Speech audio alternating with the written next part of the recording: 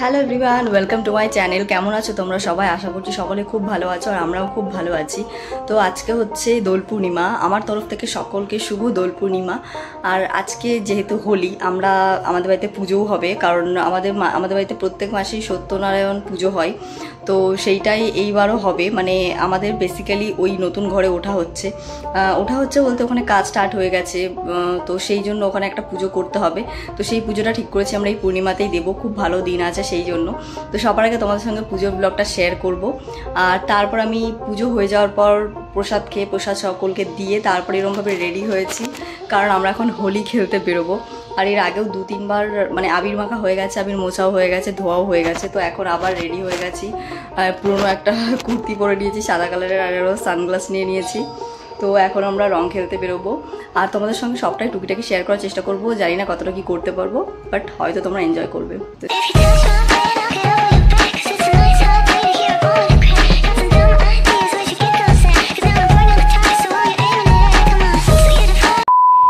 So hello everyone, যেমনটা তোমাদেরকে বললাম আগেই আমাদের নতুন বাড়ির পুজোটা তোমাদেরকে দেখাবো।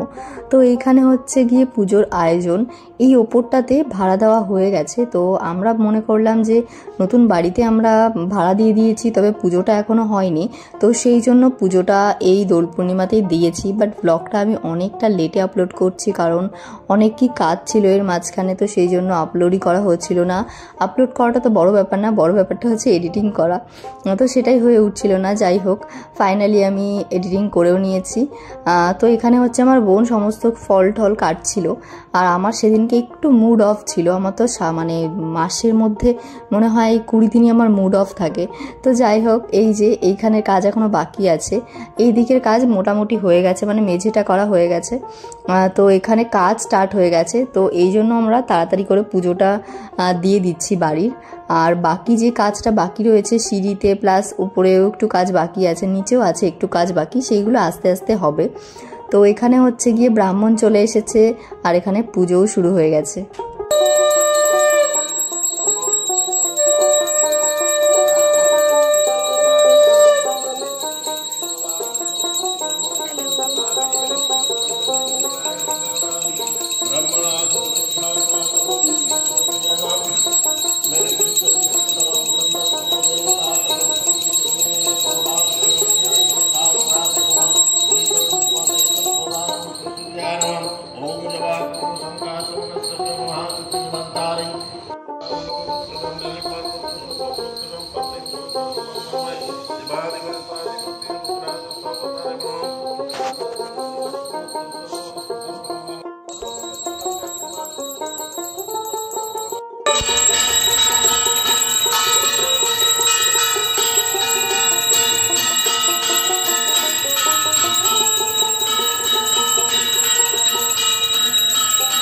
এই তো দেখতে দেখতে আমাদের পুজোও প্রায় শেষের পথে।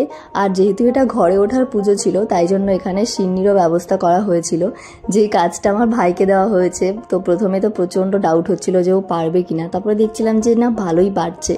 আর ওদিকে নারায়ণ ঠাকুর তুলে নিল ব্রাহ্মণ। তবে আমাদের বাড়িতে কিন্তু প্রত্যেক মাসেই লক্ষ্মীনারায়ণ পুজো হয়। তো নারায়ণ ঠাকুর তখনও আনা হয়। এইবার যেহেতু এই ঘরে করা হলো, তো সেই জন্য তোমাদের সাথে শেয়ার করলাম, কারণ নতুন ঘরের পুজো বলে কথা, একটা আলাদা এক্সাইটমেন্ট থাকে।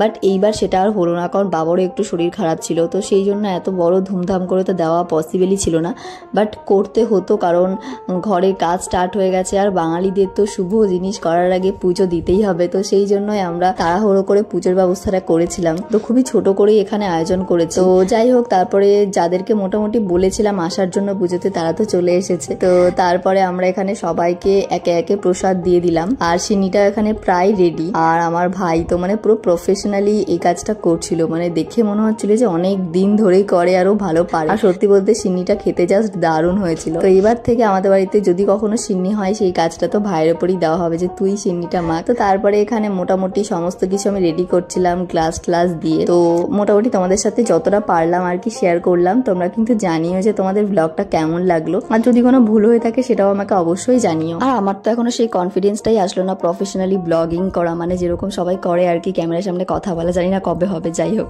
সবাইকে এখানে প্রসাদ দিয়ে আমরা নিজেরাও সবাই প্রসাদ খেয়ে তারপরে সকালে মোটামুটি একটু ব্রেকফাস্ট করে রেডি হয়ে নিয়েছি, কারণ আমরা হোলি খেলতে যাব। আজকে হোলি বলে কথা, মানে কি বলবো, কোনো বছর কিন্তু আমরা সেইভাবে হোলি খেলি না। তো এই বছর প্ল্যানিং করলাম যে না একটু হোলি খেলতে বেরোনো যাক বাইরে। বাড়িতেই প্রত্যেক বছর থাকি আর এই টুকিটাকি আবির মাখি, বাট এইবার ইচ্ছা আছে একটু রং ঢং মাখার। তো সেটআপ দেখে বুঝতেই পারছো যে বাইরে কোথাও যাচ্ছি, প্লাস প্রচন্ড রং খেলবো। আর এখানে আমি ব্যাগ সানগ্লাস নিয়ে একদম রেডি হয়ে গেছি। আসলে ফোনটা রাখার ছিল, সেই জন্য ব্যাগটা নিতেই হয়েছিল আমাকে। যাই হোক, ছাদে এসে সবার আগে ভাবলাম যে কয়েকটা ফটো তুলে নিই, বাট সেটা আর হলো কোথায়, এত রোদ যে সমস্ত ফটোগুলো ঝলসে গেল। আর নিচে এসেই দেখি বাড়ির সামনের বোন আর এই পুচকু ভাইটা দুজনে মিলে কি রং খেলছে। আসলে বোনটা আমাদের বাড়িতে অনেকবার এসে রং মাখিয়ে গেছে, আর আগের বছর তো আমার ফোনের মধ্যে পুরো আবির ঢুকিয়ে দিয়েছিল। তো এই জন্য এই বছর আমি ওর হাত থেকে আমার নতুন ফোন খুবই সাবধানে রেখেছি, যদিও ও এখন অনেকটাই বুঝতে শিখে গেছে, তো হয়তো এই ধরনের কাজবাজ করতো না, তাও আমার নিজে সাবধান ছিলাম অনেকটাই।